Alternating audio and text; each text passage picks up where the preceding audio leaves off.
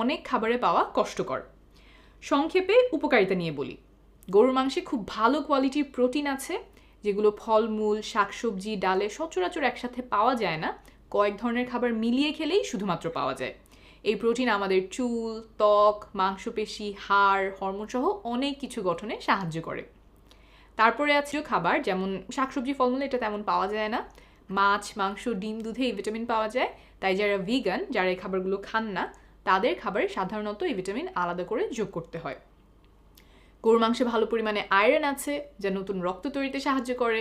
Zinc আছে, যা আমাদের রোগ প্রতিরোধ ক্ষমতাকে ভালো রাখে। এমন আরও অনেকগুলো ভিটামিন মিনারেল পাওয়া যায় গরুর মাংসে, যা আমাদের স্বাস্থ্যের জন্য ভালো।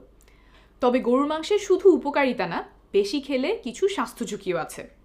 যেমন লক্ষাধিক মানুষের উপর গবেষণা করে দেখা গেছে যে দিনে 85 গ্রাম রেড মিট বা লাল রঙের মাংস, অর্থাৎ গরু, খাসির মাংস ইত্যাদি খাওয়ার সাথে হৃদরোগে মারা যাওয়ার ঝুঁকি 18% বেশি, আর ক্যান্সারের মৃত্যুর ঝুঁকি 10% বেশি। আরেকটা গবেষণায় দেখা গেছে যে ডায়াবেটিসের ঝুঁকি 12% বেশি। যত বেশি পরিমাণে লাল মাংসগুলো খাওয়া হয়েছে, ঝুঁকি তত বেড়েছে।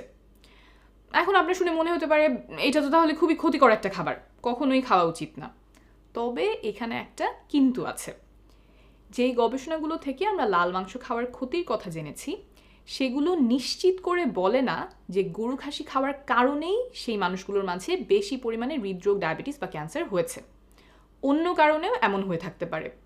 অর্থাৎ খুব শক্ত প্রমাণ এখনও গবেষণা থেকে আসেনি।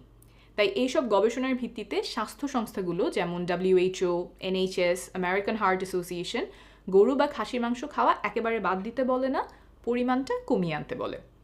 তাহলে কতটুকু গরুর মাংস খাওয়া যাবে? যুক্তরাজ্যে আমরা পরামর্শ দিই দিনে 90 গ্রামের বেশি খেলে তা 70 গ্রামে কমিয়ে আনতে। অর্থাৎ 1 কেজি গরুর মাংস রান্না করলে যদি 5 জনের ফ্যামিলি হয়, তাহলে সব একদিনে শেষ করা যাবে না।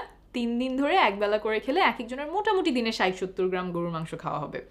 আর গরুর সাথে যদি খাসি খাওয়া হয়, সেটাও এই হিসেবে ধরতে হবে। কিভাবে রান্না করলে ক্যান্সারের ঝুঁকি বাড়ে আর কিভাবে রান্না করলে ক্যান্সারের ঝুঁকি কমে, এইটা গুরুত্বপূর্ণ। কারণ গবেষণায় দেখা গেছে যে মাংস যেভাবে রান্না করা হয়, তার সাথে ডায়াবেটিস এবং ক্যান্সারের ঝুঁকির একটা সম্পর্ক থাকতে পারে। মাংস যখন আগুনে পোড়ানো হয় বা খুব বেশি তাপে রান্না করা হয়, যেমন বারবিকিউ করা বা কড়াইতে খুব উচ্চ তাপে ভাজা, এতে ক্যান্সার তৈরি করে এমন কেমিক্যাল বেশি উৎপাদন হয়। এইভাবে রান্না করার সাথে ডায়াবেটিসের ঝুঁকি বাড়ারও সম্পর্ক পাওয়া গেছে।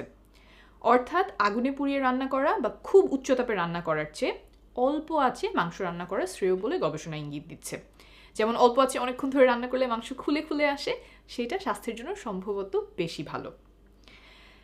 তাহলে এতগুলো গবেষণা এত কথা বলে, আমি এগুলো আমলে নিয়ে কি করি? গরুর মাংস খেতে আমার খুব ভালো লাগে। গবেষণায় যতটুকু প্রমাণ পাওয়া গেছে সেগুলো বিবেচনা করে আমি গরুর মাংস খাওয়া বাদ দেইনি, তবে পরিমাণটা কম খাই। মাসে একবার হয়তো বাসায় রান্না করি, স্পেশাল ওকেশনে খাওয়া হয়। আজকে একটা বিশেষ উপলক্ষে খাওয়া হয়েছে। আবার হয়তো দেখা যায় টানা কয়েক মাস গরুর মাংস খাচ্ছি না, দাওয়াতে গেলাম বা বন্ধুদের সাথে দেখা হলো, তখন খেলাম। তবে এক ধরনের মাংস আমি একেবারেই না খাওয়ার চেষ্টা করি। গবেষণা থেকে মোটামুটি নিশ্চিত এই ধরনের মাংস ক্যান্সারের সৃষ্টি করে। সেটা হলো প্রসেসড মিট, যেমন বিফ সালামি, বিফ পেপারোনি, বিফ সসেজ। দেশের বাইরে এগুলো বেশি পাওয়া যায়, তবে দেশেও এখন বিভিন্ন দোকানে বিক্রি হয়। অনেক জায়গায় কোল্ড কাট বলে, যেগুলো লবণ দিয়ে বা অন্যান্যভাবে প্রক্রিয়াজাত করা হয়। এগুলো খাওয়ার সাথে হার্টের রোগ, ডায়াবেটিস এবং ক্যান্সারের ঝুঁকি তুলনামূলকভাবে বেশি দেখা গেছে।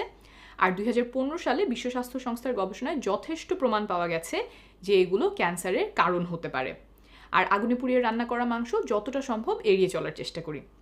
সংক্ষেপে, বাসায় রান্না করা গরুর মাংস উপভোগ করে খাই, স্পেশাল ওকেশনে পরিমাণটা খেয়াল রাখি।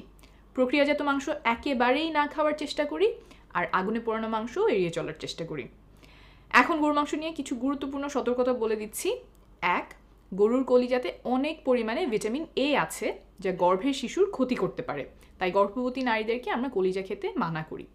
2, যারা কোনো রোগে ভুগছেন, যেমন কিডনির রোগ, তারা কতটুকু মাংস খেতে পারবেন সেটা ডাক্তার বা ডায়েটিশিয়ানের কাছ থেকে জেনে নেবেন। দিনে কতটুকু খাওয়া যায় তা সুস্থ মানুষের জন্য, আবার সুস্বাস্থ্যের জন্য যে দিনে 70 গ্রাম